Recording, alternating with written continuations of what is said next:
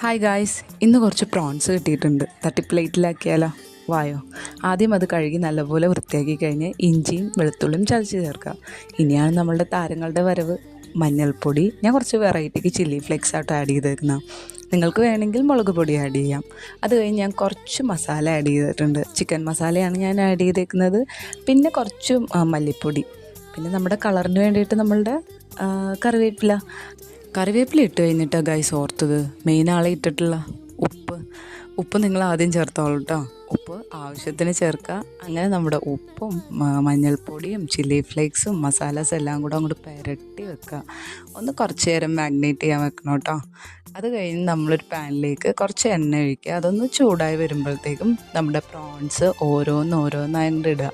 ഇടുമ്പോൾ ഒരു കാര്യം ശ്രദ്ധിക്കണം കേട്ടോ, കയ്യിൽ എണ്ണ തെറിക്കാണ്ട് നോക്കണം. അങ്ങനെ നമ്മുടെ പ്രോൺസ് പയ്യെ മുരിഞ്ഞു വരുന്നുണ്ട്.